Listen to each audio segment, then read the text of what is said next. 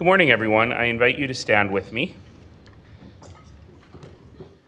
as we gather here today on the traditional lands of the Treaty 7 peoples, the Niitsitapi, the Blackfoot Confederacy, the Beaver people of the Tsuut'ina Nation, the Stoney Nakoda people, and the Métis people with their long history on this land. I want to acknowledge three things. This is a special week in many ways. The first is that we are marking the beginning of Indigenous Awareness Week.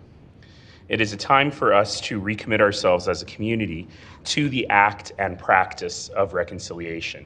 I'll be kicking off the week at lunchtime today. I invite you all to join me in doing that. Wednesday also marks two important days for us. The first is, of course, that Wednesday is the 5th anniversary of the beginning of the flooding of the Bow and Elbow Rivers in 2013. I was with many of you this weekend celebrating the 5th Neighbor Day, talking about the community spirit, the resiliency, and the power that came together from human beings looking after one another.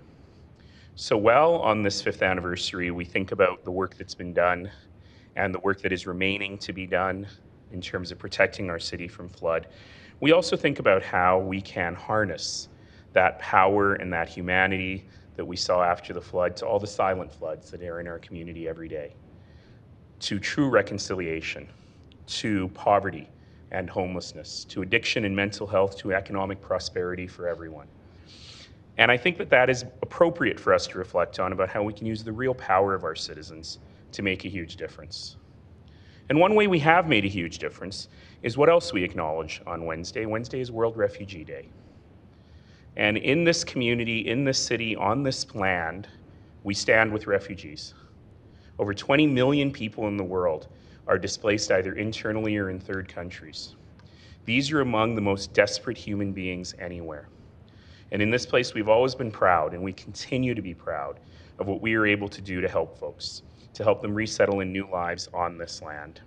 I can tell many, many stories about my experiences with refugees in this community. I won't go through it now, but particularly as we look with horror at what is happening to migrant children in the great democracy to the south of us, we remember that in this place, we stand with refugees, and we will continue to stand with refugees.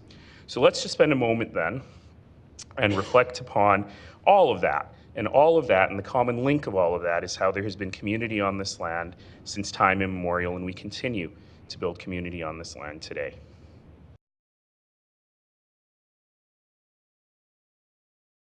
It sounded like you had a concern about U.S. immigration policies at the very start of this morning's meeting. You know, Wednesday is World Refugee Day, and we have always been in this place proud of how we stand with refugees.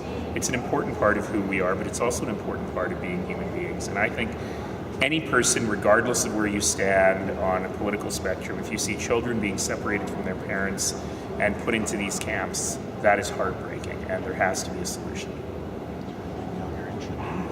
Make your voices heard.